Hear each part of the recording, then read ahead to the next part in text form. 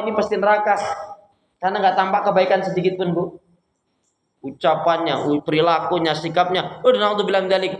Banyak kesalahan dosa yang dilakukan. Saking banyak kesalahan dan dosa yang dilakukan, orang mengatakan ini pasti ahli neraka.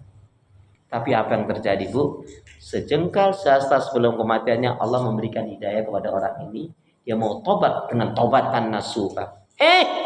Dia mau berhijrah dengan sebenar-benarnya hijrah. Dia mau beribadah dengan sebenarnya ibadah. Menjelang detik-detik kematiannya itu malah dia tobat, diberi daya oleh Allah, kemudian dia melakukan amalan ahli surga dan dia mati dalam keadaan menjadi penghuni surga. Nah, kita nggak ngerti nih, kita posisinya di mana ini.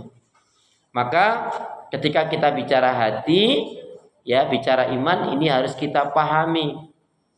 Kaidah iman itu, Bu, al-iman yazid wa yanqus. Iman itu bertambah dan berkurang. Bertambah karena taat ibadah kepada Allah, berkurang karena maksiat dan dosa kepada Allah.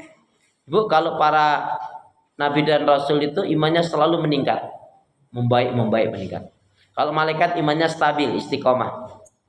Kalau sahabat Nabi ada yang mengatakan sekali waktu terjatuh kemudian meningkat membaik. Andai kan jatuh lagi semakin meningkat. Nah sekarang saya tanya ibu imannya naik turun naik atau enggak naik turun?